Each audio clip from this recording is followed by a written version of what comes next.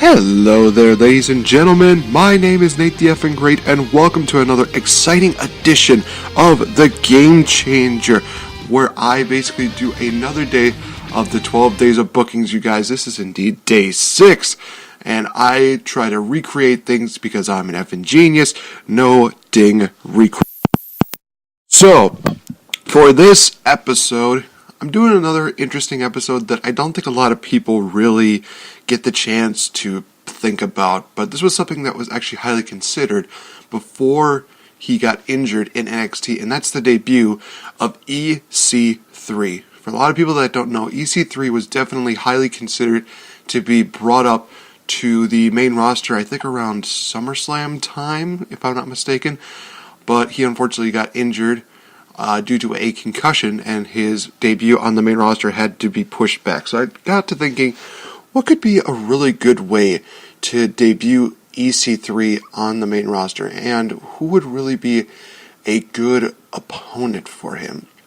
And it kind of really dawned on me that there are so many things that he could be doing, and he would be a fantastic heel on the main roster, especially considering who he could be battling at the time of them doing WrestleMania. So I figured to myself, you know what? Let's give it a shot. So guys, this is my take on how EC3 should debut on the main roster. Now, I just want to bear in mind, you guys, that as I'm recording this, TLC has not happened yet. So actually, EC3 will be making his debut at the Royal Rumble, and he will be taking the number 30 spot from who I think is going to win the Mixed Match Challenge at this point. I think it's kind of obvious who it's going to be, but it could change come by the time that actually happens.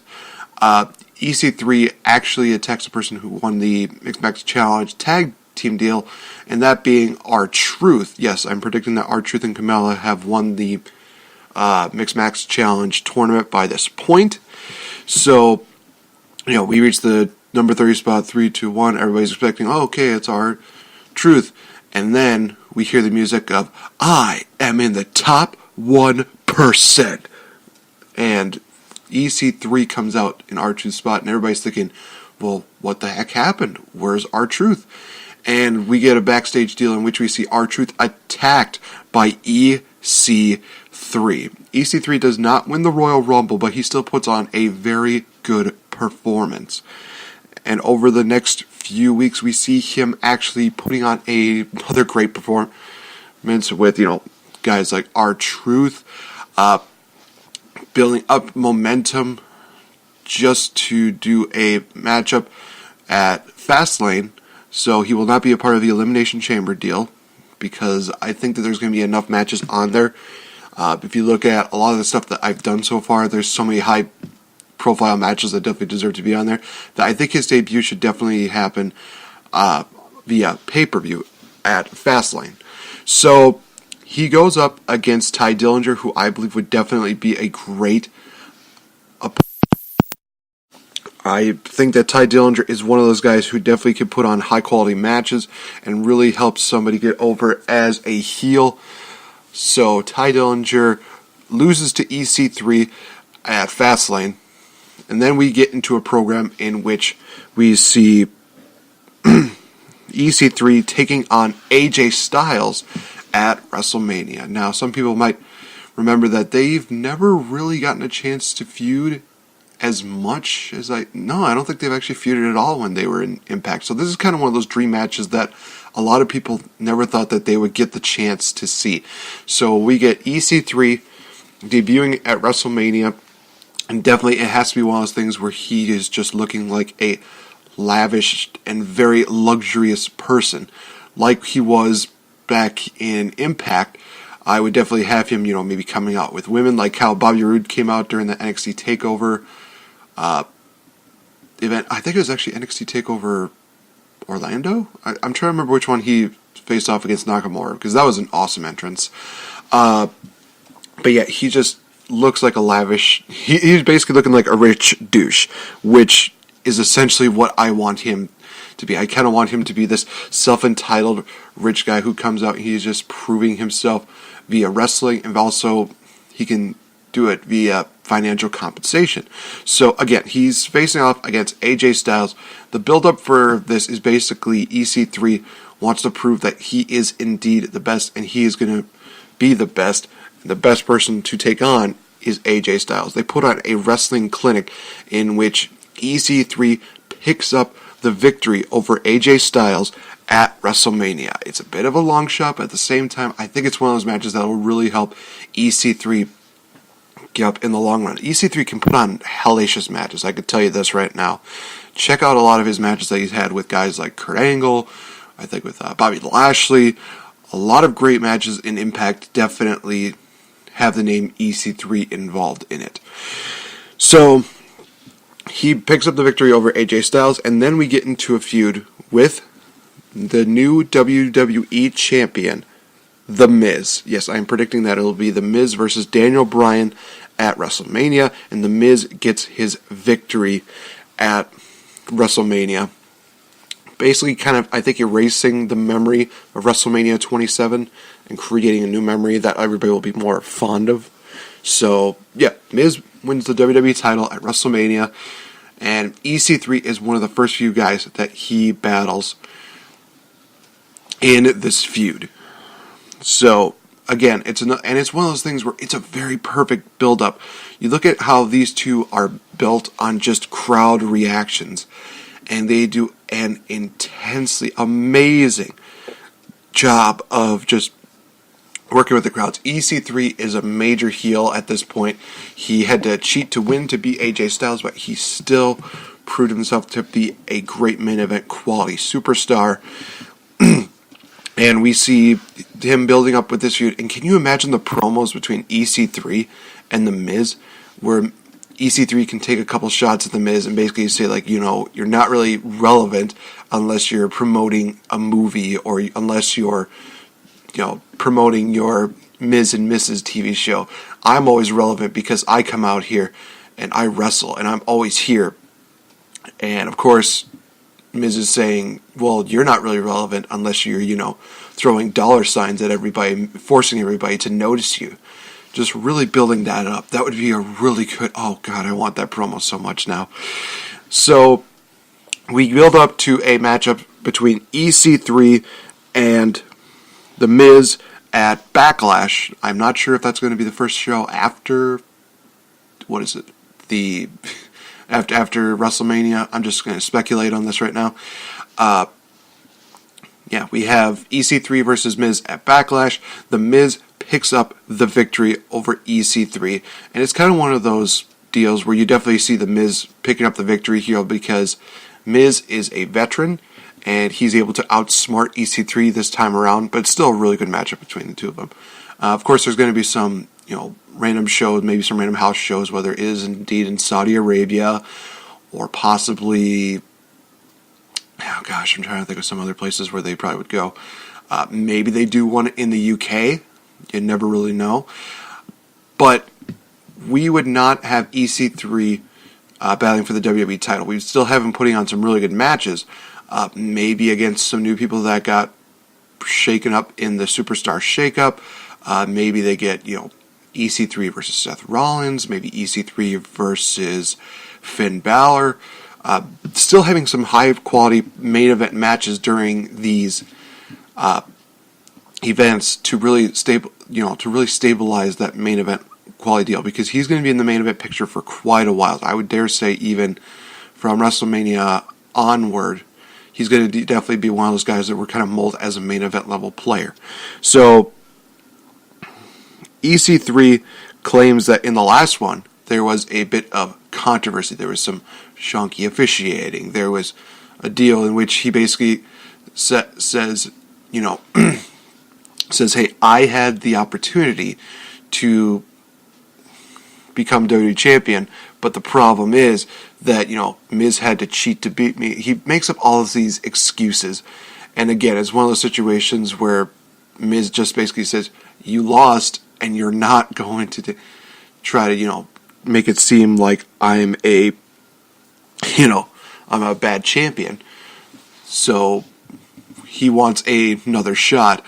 Miz and EC3 battle against each other in a tag team matchup in which EC3 cheats to win the matchup, and he gets another title shot at The Miz at Extreme Rules, in which it's another barn burner of a matchup. As far as the kind of match that I would have them fight, I would probably have it be a ladder match, because it's kind of one of those matches that I think really does not get utilized as much. A lot of people know about the TLC matches, but having a ladder match for the WWE title would be kind of cool. And this is one of those matches in which we again see EC3 taking Miz to his limit. Now he's starting to get that momentum. He's starting to get that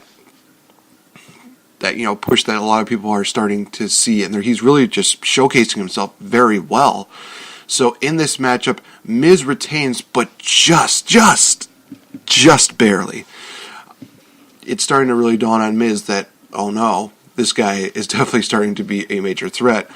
And even after the matchup, he looks to extend his hand out to EC3, saying, hey, it was a great matchup between us, and you have nothing to be ashamed of. EC3, he's just about to go for it, but he's just like, nope, I should have won.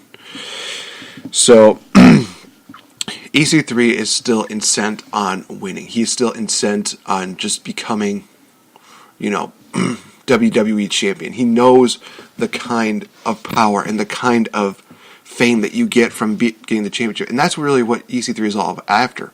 And that's what it should be. Some people should be slotting after the WWE championship because they know of the rich lineage, they know about the rich history about it, and that's what EC3 is doing. He's going for the title because he knows that when he does this, it's going to be a staple in his career.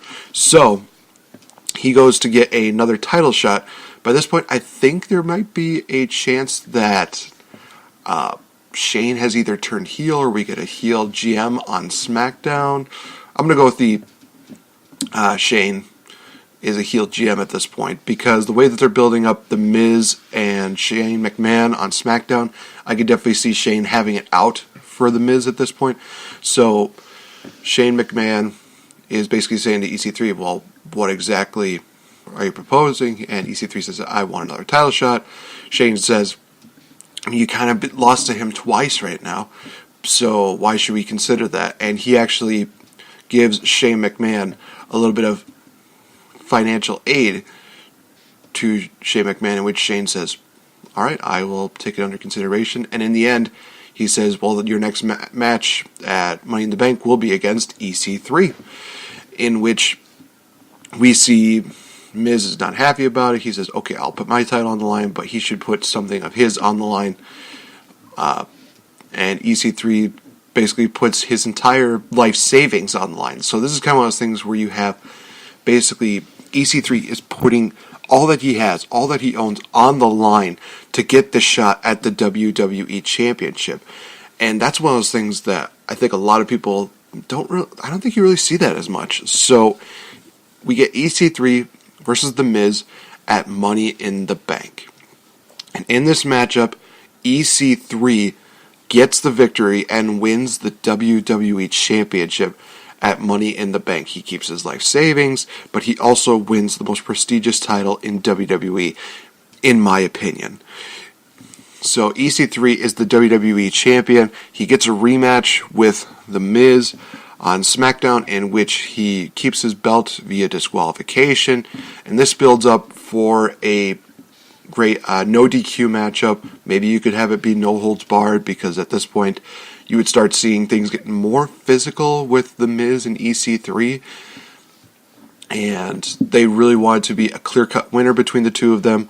So EC3 versus The Miz would headline SummerSlam for the WWE title, in which EC3 would pick up the victory.